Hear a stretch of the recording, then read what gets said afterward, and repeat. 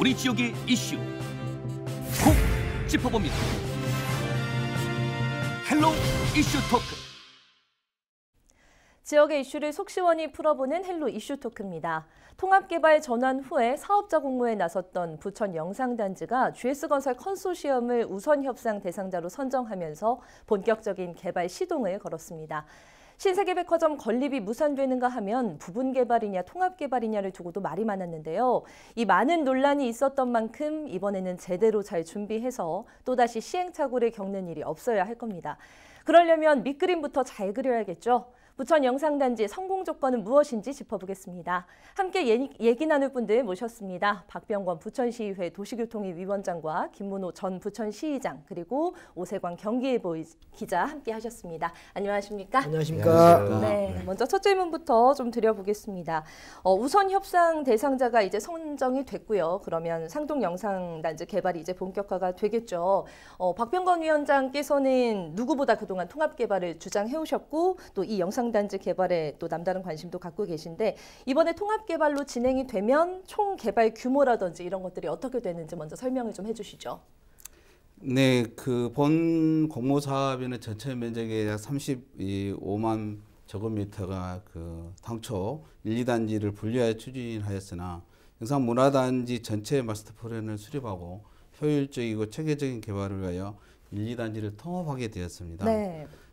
GS 컨소시엄이 제안한 주요 시설에서는 글로벌 콘텐츠 허브 시티라는 그런 명칭을 가지고 부천 영상문화센터, 박람회, 포럼, 세미나 그리고 헐리우드 복합관 그래서 그 소니 기획 전시실과 마블 그리고 VR, AR 체험 그리고 어린이 직업 체험과 EBS 복합문화센터 등을 들어오게 되고 그리고 미디어 전망대, 호텔 300실이 위치되며 기타 공공시설 및 그린시설이 계획하고 있습니다. 네, 지금 아무튼 우선 협상 대상자로 GS건설 컨소시엄이 선정이 됐는데 선정 과정에서 기업들 간의 경쟁이 굉장히 치열했던 걸로 알고 있거든요. 오세광 기자께서 한번 짚어주시죠.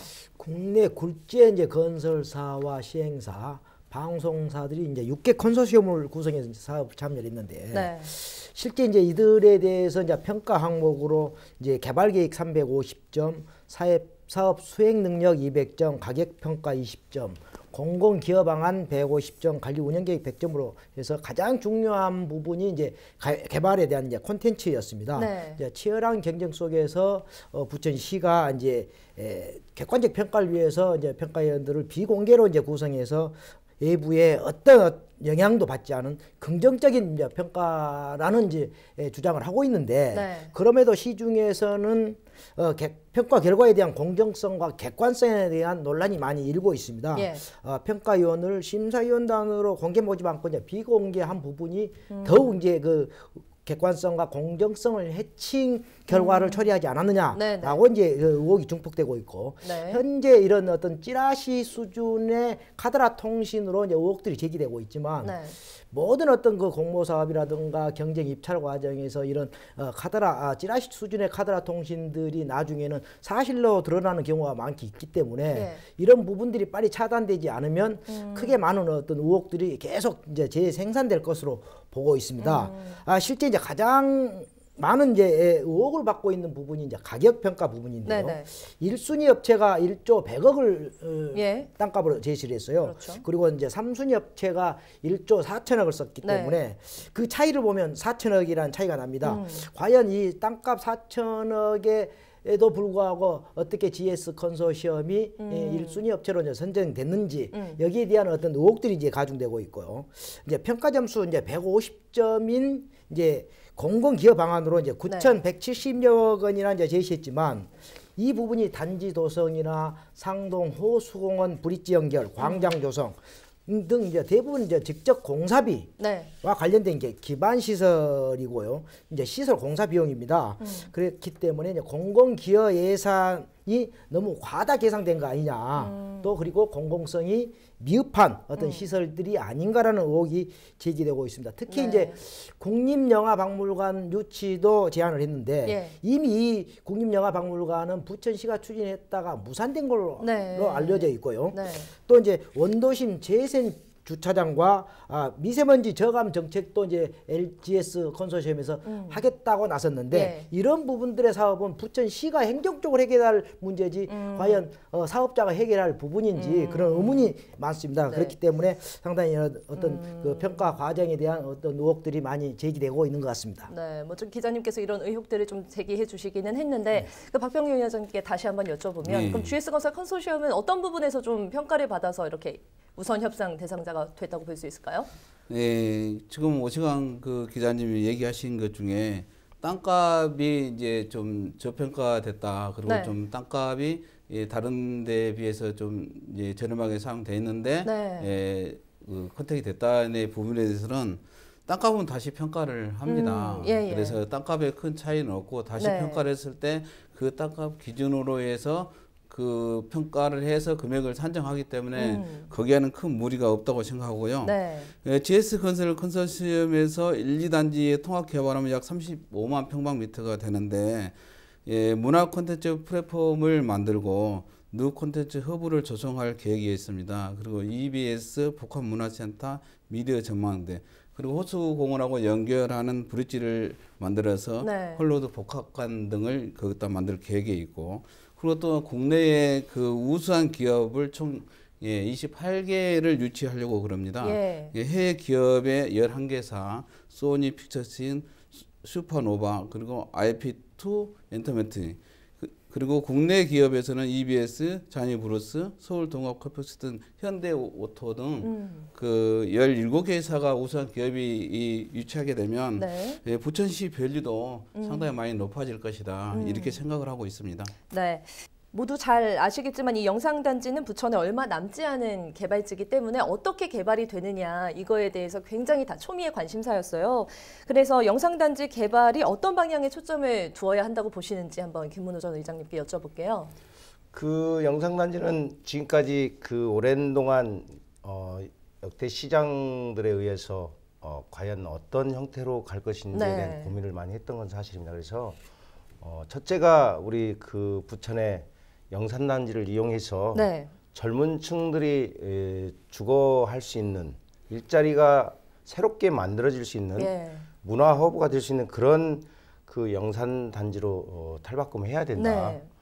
그래서 앞으로 그 일자리가 풍부한 그런 부천 영산단지가 될 수 있도록 심도 있고 고민을 많이 하는 네. 그런 단지로 개발할 수 있도록 집행부에서 더 많이 그 연구 검토를 해야 될 것이라고 봅니다. 네, 그 상임위이신 박병건 위원장님께서는 이 영상단지 개발 방향 좀 어떻게 잡혔으면 좋겠다 바라시는 게 있을까요? 네, 그 부천의 역사는 매우 짧습니다. 그리고 그 우수한 자연 환경도 없고, 그리고 우리 부천의 역사는 우리가 만들어가야 미래가 그 비전이 있는 그 현대의 기성인들이 미래를 위해서 어떻게든 그 좋은 그 문화와 시설 네. 그리고 영상을 만들어야 가는 그런 주체입니다. 네. 그래서 GS 컨소시엄이 6개 컨소시엄 중 약 9천억 원에 달하는 공공기여를 제안을 했습니다. 그리고 소니 등 글로벌 콘텐츠 제작사 유치를 하고 좋은 기업을 많이 유치한다는 평가를 받았기 때문에 이번에 그 높은 점수를 받았던 것 같고, 그리고 역사는 우리가 쉬지 않고 우리가 전진해야 된다. 그러면 우리의 현대 기성인들이 부천 문화영상단지를 후순위에 물려줄 때 그 당시에 시설과 선택을 잘했다. 이렇게 그 남길 수 있는 그런 것을 만들고자 합니다. 네. 지금 이 GS건설 컨소시엄에서 내놓은 계획안을 볼 때 이런 뭐 영상단지 개발 방향과 좀 뭐 부합한다고 보시는지 그 오세건 기자님 취재해 보셨을 텐데 이 계획안에 대해서 조금 한번 얘기를 짚어볼까요? 사실 그 GS 컨소시엄이 뭐 세계 최초의 어떤 문화산업 생산기지인 글로벌 우리 박병건 위원장님께 지적했다시피 글로벌 콘텐츠 이제 허브 시티를 계획했다고 이제 한 것은 사실 주목해볼만 합니다. 그렇지만 1단지 개발 당시에 영상과 방송을 엔카 시설로 두기로 했다가 그것 자체가 이제 통합 개발하면서 없어지고 하나의 이제 선택 사양으로 이제 됐었는데 그 이후에 보면 이제 그 이후에도 이제 참 참여 업체들이 이제 방송사들이 다 참여를 했어요. 네. MBC 뭐 계열사도 참여를 했고 네. JTBC, OBS는 이제 본사 방송국을 옮긴다는 취지로 했었고 SBS는 어떤 목동에 이제 공개호를 이제 부천으로 이전하겠다라는 걸로 해서 참여를 했지만 결국은 이제 방송 시설로 이제 EBS 복합 문화센터가 이제 들어오게 된 겁니다. 여기에 어린이 직업 체험 어떤 스튜디오라든가 캐릭터 놀이터 등 방송사라기보다는 말 그대로 이제 교육 방송의 어떤 문화센터 이제 콘텐츠라는 지적이 많기 때문에 시민들이 기대했던 어떤 그 지상파나 이제 종편 방송이 들어서지 않아 이제 조금은 아쉽습니다. 사실 방송 영상 문화 단지로서의 어떤 기능이 충족되지 않았다라고 저는 보고 있습니다. 네, 이 안에 대해서 김문호 전 의장님도 한번 짚어주시죠. 그 지금 오세광 기자님 말씀하셨듯이 실제 EBS가 체험 쪽으로만 가능한 그런 그 방송국이 들어오기 때문에 실제 시민들이 기대하는 만큼의 수준은 안 된다. 그리고 또 그 GS 우선 협상 대상자 제안서 내용만 보면 굉장히 장밋빛 같지만 실제 앞으로 향후 두세 달 동안 그 우선 협상 대상자인 GS하고 지속적으로 들어오는 업체들과의 관계성들을 어떻게 할 것인지 꼼꼼히 찾아야 될 필요가 있다라고 봅니다. 네, 그 뭐 박병견 위원장님도 한마디 해주시죠. 이 두 분님께서 그 염려선 부분에 대해서는 저도 통감합니다. 하지만 지금 부천시에서 지금 추진하고 있는 게 북부 친환경 그 복합 단지라든가 종합 운동장 열세권, 영상 문화단지 이 세 군데가 성장 동력이 가지고 있습니다. 이 가운데에서 영상 문화단지가 부천시가 보유한 만화, 애니메이션 경쟁력을 기반으로 영화와 VR 그리고 AR 등 콘텐츠 관련 기업이 클러스터를 만들면 실질적으로 훌륭한 그런 그 단지가 될 것입니다. 또한 지속 가능하고 발전을 통하여 양질의 일자리를 창출할 수 있고 기업 경제에 경인차 역할을 하며 관광객을 많이 유치해서 부천시 동시 경쟁력을 높일 수 있는 그런 새로운 부천의 성장 동력으로 발전할 것이다. 저는 이렇게 기대를 하고 있습니다. 네, 그 영상단지 이런 문화 콘텐츠가 좀 집약이 되려면 어떤 기업들이 유치되느냐도 굉장히 중요할 것 같은데 요거에 대해서 오세훈 기자님 한마디 해주실까요? 근데 사실 뭐 기업들 이제 글로벌 기업 뭐 국내외 뭐 28개 기업이 입주한다고 하고 있는데요. 실제 여기 보면 일자리 창출, 지역 경제 활성화를 보면 창업 기업 수가 일반 창업 기업 수는 100개에 불과하고 청년 창업 기업 수는 98개에 불과합니다. 이 기업이 들어왔고 과연 부천의 어떤 먼 미래의 어떤 지역 경제를 활성화시킬 수 있는 지역 경제를 유도할 수 있는 어떤 기업으로 조성될 수 있는지 여부도 이제 불투명하고요. 특히 이제 사실 이제 어벤져스 시리즈를 제작한 마블 엔터테인먼트하고 이제 소니 픽처스 엔터테인먼트가 보유한 이제 슈퍼 히어로를 주제로 한 놀이시설 등이 이제 조성될 것이라는 이 제안이 있었던 걸로 알고 있는데 이제 해외 기업들이 이들 이제 공동으로 이 시설들을 조성할지 아니면 개별적으로 이제 입점할지는 아직까지 구체적인 내용이 이제 확정되지 않은 걸로 알고 있어요. 그렇지만 아마도 이게 사업 계획 의향서만 있을 뿐 확약서가 없었기 때문에 과연 이 시설들이 들어올지 과연 의사만 표명한 거고 나중에 협상 과정에서 이것들이 무산되고 다른 시설이 입주하게 될지는 상당히 이제 지켜볼 일이라고 생각합니다, 저는. 네, 저도 그 질문을 좀 덧붙여서 드려보고 싶은데 현실성이 있다고 보세요, 이런 기업들 유치가? 지금 부산에서 마블 익스피리언스가 그 진행하고 있었는데 집행부에서 할 일들이 그런 거잖아요. 왜 과연 부산에서 하고 있는데 또다시 부천에 오느냐 이런 부분을 꼼꼼히 좀 챙겨봐야 될 일이다. 잘 돼서 오는 것인지 아니면 그곳에서 실패해서 부천에 제안을 하니까 제안을 하니까 부천에 다시 오는지 이런 부분들을 집행부에서 좀 꼼꼼히 살펴서 실제 제안만 하지 않고 와서 정말 지역 경제에 도움이 될 수 있는 그런 기업이 됐으면 하는 바람입니다. 네, 위원장님께도 이 현실성 얘기를 조금 여쭤보고 싶고 어떤 시설이 그러면 좀 더 들어와야 된다고 보는지 의견이 있으시면 좀 주시죠. 이 두 분이 또 똑같은 얘기인데 우려한 부분을 저도 잘 인지하고 있습니다. 근데 그 사업이라는 것이 한번 실패했다고 다른 데 가서 다시 실패하는 법은 없습니다. 네. 예, 그러면 사업을 한번 하게 되면 실패가 그 성공의 원조가 될 수가 있습니다. 그래서 부산에서는 마블이 약간은 실패한 것 같지만 네. 예를 들어서 그게 부천으로 옮겨졌을 때는 성공할 수 있다.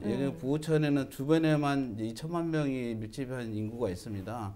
그래서 그 정도를 가지고 조금 보완하면 네. 더 성공할 수 있다고 생각하고 문화단지 복합시설 사용은 향후 부천시 안정적인 세수 확보와 일자리를 창출하는데 이상이 없습니다.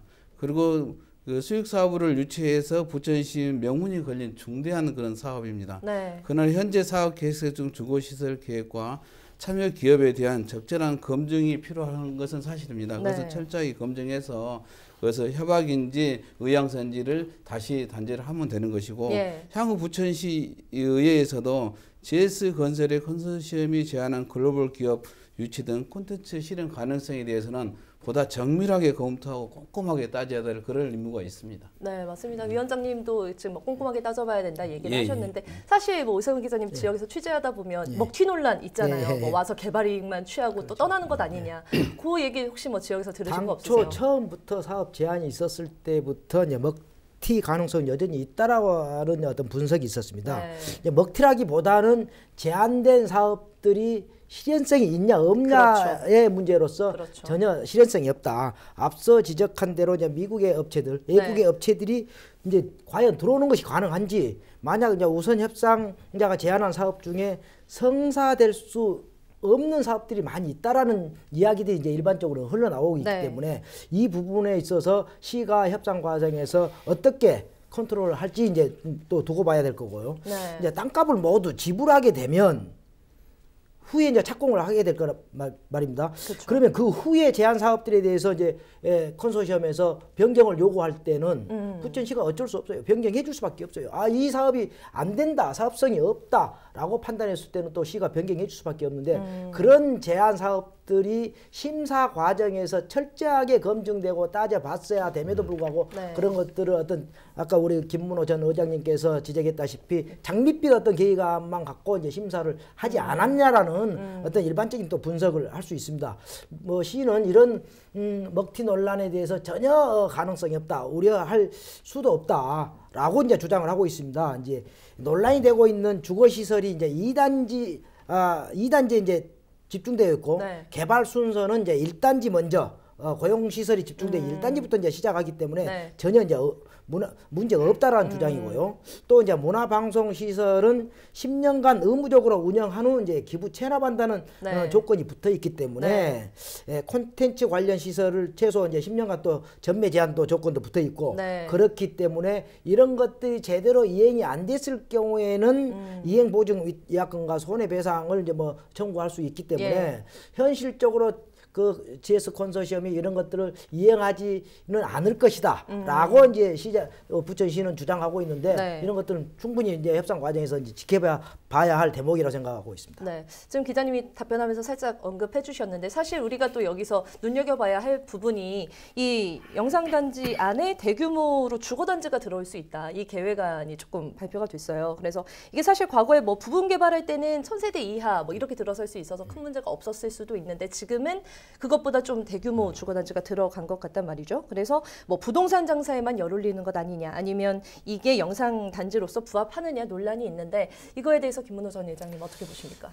뭐 지금까지 개발함에 있어서 그 많은 논란의 소지들이 있어 왔던 건 사실이었고요. 그렇게 하면서 지난번 그 시장 때는 쇼핑몰 때문에 주변 시민들의 반대로 인해서 네. 이렇게 왔는데 그랬죠.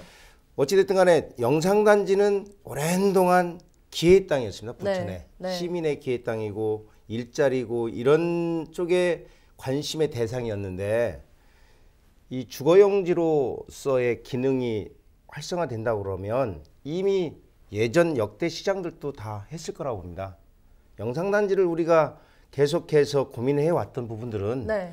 그곳에 대한 시민의 기대, 이 기대치를 어떻게 시에서 만들어 갈 것인지 예. 이 부분이 가장 중요하다고 봅니다. 그렇게 해서 향후에 어찌됐든 간에 주거단지보다는 일자리나 영상단지로서의 기능이 좀 더 네. 활성화될 수 있도록 가야 된다. 네. 이렇게 보는 것이죠. 박병경 위원장님 의견도 좀 여쭤볼게요. 그 1차로 그 개발했을 때는 이제 주거단지가 1000세대 이하로 이게 지정을 했었습니다. 그러면 그때의 19만 평방미터 정도가 돼서 1000세대 이하. 네. 그리고 그때 연예인 아파트가 850세대. 네. 그러면 결과적으로는 그때만 해도 1800세대가 됐습니다. 1단지에서. 그리고 2단지가 이제 16만 평방미터가 남아 있는데 그러면 그 또한 거기서 2000세대 이상, 3000세대를 질 수 있는 여지가 남아 있었습니다. 네. 그래서 예를 들어서 부분 개발하면 1000세대 이하 짓다 보면 학교 부지만 없어지고 아파트는 똑같은 현상이 나타나는 그런 결과가 나왔습니다. 네. 그래서 거기를 영상 통합을 해서 4000세대, 5000세가 늘어난 게 아니라 원래 1, 2차 통합을 했어도 주거시설은 4, 5000세대에는 누구나 넣을 수 있는 그런 기획을 가지고 있었다고 저는 생각하고 있고요. 먹튀에 대해서는 그렇습니다. 이제 100% 먹튀를 안 한다는 리스크가 없다고 할 수는 없습니다. 그렇지만 GS 컨소시엄에서는 미국의 5대 영화사인 소니 픽처스가 발급한 투자 의향서를 제출을 받았습니다. 네. 이를 포함하여 국내의 28개 기업에서 의향서와 협약서를 이미 네. 제출을 받았고, 다만 이들 기업이 영상 단지가 와서 완성되는 것이 이게 문제가 있느냐 없느냐는 이제 우리가 이제 판단할 문제지만 아마 이 정도면 먹튀의 리스크는 좀 적다. 저는 이렇게 판단을 하고 있습니다. 근데 투자 의향서나 협약서는 충분히 이거 뭐 강제 조항이 아니기 때문에 뭐 지켜지지 않아도 무방하거든요. 네. 그렇기 때문에 기업에서는 뭐 그거 한번 의향서만 주라라고 하면 뭐 충분히 가능하다고 보기 때문에 그걸 뭐 강제성이 없으니까 그게 꼭 필수적으로 네. 들어온다라고 뭐 판단은 못할 것 같습니다. 그렇죠. 그 또 하나 궁금한 거는 이 뭐 영상단지 주변에 사는 이제 주민분들 의견이에요. 굉장히 뭐 개발에 대한 관심과 기대가 높을 텐데 주민들 반응 어떤지 좀 기자님 얘기해 주실까요?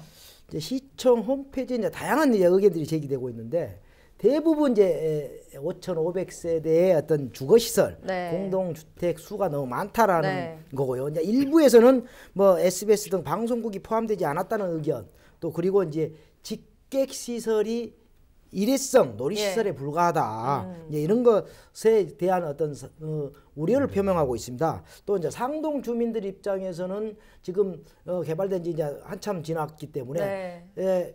영상문화단지의 5,500세대 규모의 신도시급이거든요. 미니 신도시급인데 이 신도시가 들어오면 자기들이 아파트가 이제 저평가될 수 있고 네. 또 가격이 하락될 수 있다. 이쪽이 이제 비싸게 이제 분양될 수 있기 때문에 예. 그런 우려를 많이 하고 있지만 부천시라든가 이제 부동산 전문가의 입장을 들어보면 어쨌거나 상동 영상문화단지 아파트가 들어오면 가격이 상승되면 부천 상동 기존의 신도시나 삼산 인천 삼산 부계지구의 아파트도 동반 상승될 것으로 이제 보고 있기 때문에 주민들의 이 부분에 대해서는 주민들의 반발이 그렇게 크지는 않을 것으로 보고 있습니다.